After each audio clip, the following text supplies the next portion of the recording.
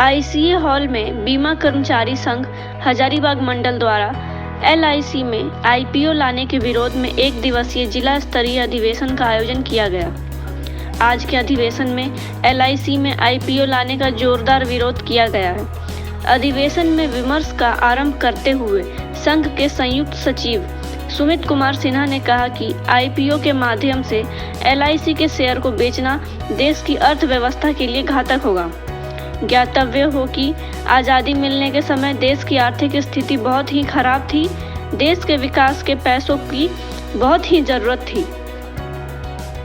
उस समय देश के सबसे बड़े वित्तीय संस्था भारतीय जीवन बीमा निगम का गठन 1956 में संसद के एक विशेष अधिनियम के तहत किया गया था। लोगों के कल्याण के लिए लोगों का पैसा और इस देश में सभी के लिए जीवन बीमा सुरक्षा प्रदान करना की दृष्टि के साथ, जिसे एलआईसी ने सफलतापूर्वक क्रियान्वित किया है।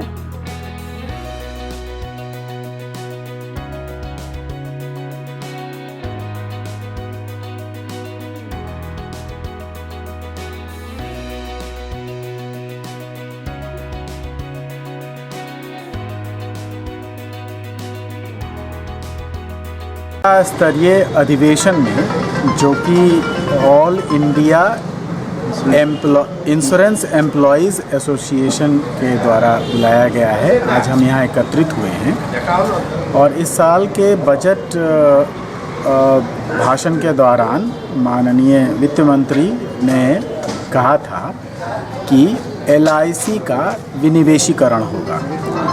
भाषा की चतुराई है, विनिवेशीकरण और निजीकरण में उन्होंने फ़र्क किया है, लेकिन ज़मीनी स्तर पर एलआईसी के पॉलिसी होल्डर्स, प्रीमियम पेयर और एजेंट और ऑफिसरान सारे लोगों की ये समझ है कि इस आईपीओ के बहाने एलआईसी जैसी बहुमूल्य कंपनी को, जो कि देश के बड़े भाग के वित्त को संभालती है, एसबीआई के बाद सबसे बड़ी वित्तीय कंपनी एलआईसी को निजी हाथों में देकर निजी मुनाफे के लिए इस्तेमाल किया जाएगा। सरकार का तर्क है कि ये वित्तीय घाटे को पूरा करने के लिए किया गया है। वित्तीय घाटे हुआ क्यों है, सरकार इस पर कोई बहस नहीं करना चाहती है। सरकार चोर रास्ते से फाइनेंशियल बिल में एलआईसी के एक्ट्स में अमेंडमेंट कर ये करना चाहती है। ये क्यों करना चाहती है? सरकार की शायद ये फितरत हो गई है। इस सरकार की का ये चरित्र है कि जिस तरह से कृषि कानूनों को भी वो बगैर बहस के पारित करवाती है, बगैर बहस के खारिज करवाती है, इस आईपीओ को भी हमारे आंखों में धूल झोंक कर उसको पास करवाना चाहती है। इस जिला स्तरीय अधिवेशन में सारे स्टेक होल्डर्स की ये एक समझ बनी है कि ये आईपीओ जो है वो गैर जरूरी है, हानिकारक है और देश हित में नहीं है। तो इस आईपीओ का हम पुरजोर तरीके से विरोध करते हैं।